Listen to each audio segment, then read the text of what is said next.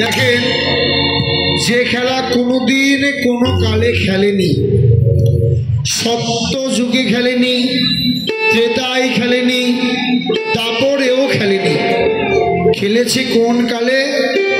এই কলির যুগে এসে খেলেছে। কেন খেলেছেন?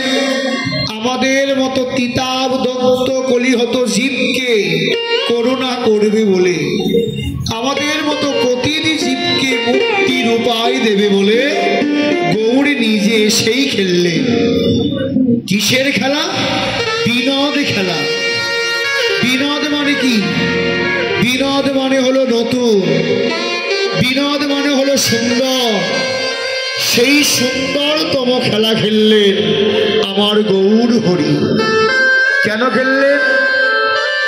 আজ হরি নামে জগৎকে মাতাবে বলে, হরি নামে জগৎকে ভাসাবে বলে, হরি নামে জগৎকে কাঁদাবে বলে, হরি নামে ধুলায় গড়াগড়ি দেওয়াবে বলে গৌরী নিজেই খেলছে। এই খেলা খেললে কি হয়?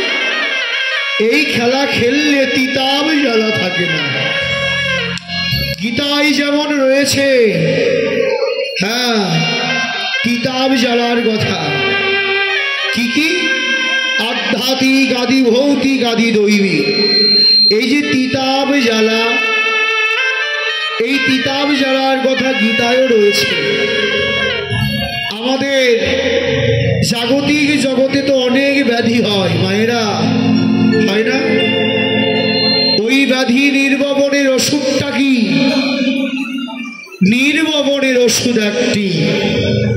এই যে আপনারা ডক্টরের কাছে গিয়ে হৃদয়ের কথা খুলে বলেন, ডক্টর আপনার হৃদয়ের কথা শুনে একটি প্রেসক্রিপশন লিখে দেয় না?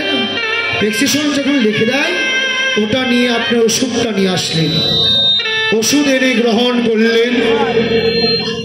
ওই গ্রহণ করে আপনার ওই ব্যাধিটা কিছুক্ষণের জন্য নির্বপন করলেন। ওই ব্যাধি কখনো চিরকালের জন্য যায় না। কারো একবার